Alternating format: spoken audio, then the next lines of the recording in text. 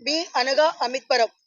सत्यनारायणाची पूजा आणि हळदी कुंकू असा महिलांचा आमचा कार्यक्रम होता आणि आम्ही महिला करतो कारण सतत पुरुषांवरती 3 आमच्या इथले अमराठी लोक आहेत, ते सतत वादविवाद करतात.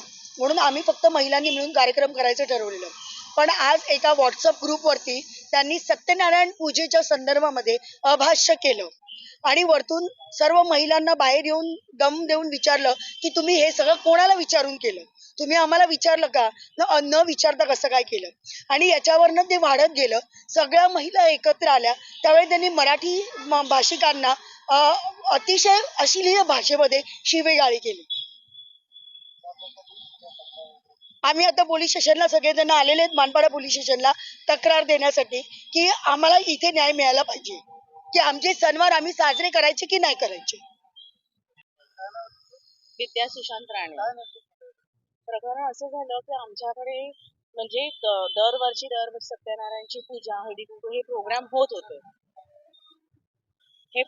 होते. पण हे जे 3 मराठी माणसं आल्यापासून आमचं हे सगळं बंद झालं. त्यामुळे आम्ही सगळ्या महिलांनी सहभाग घेऊन गेल्या वर्षी सुद्धा हळदी कुंकवाचा कार्यक्रम पार केला होता आणि यावेळी आम्ही हळदी कुंकू प्लस सत्यनारायण पूजा आयोजित केली होती. तर हा सतत माणूस आम्हाला येऊन सतत की हे तुम्ही आम्हाला विचारल्याशिवाय कसं केलं, आणि हे आम्ही आमच्या स्वखर्चाने करणार होतो, सोसायटीकडे एकही पैसा न मागता करणार होतो. आणि त्याने आता म्हणजे मराठी माणसांना अशी शिवीगाळ करूनच आमचं त्याने हे काय हे म्हणून आम्हाला इथे कंप्लेंट करायला यावी लागली.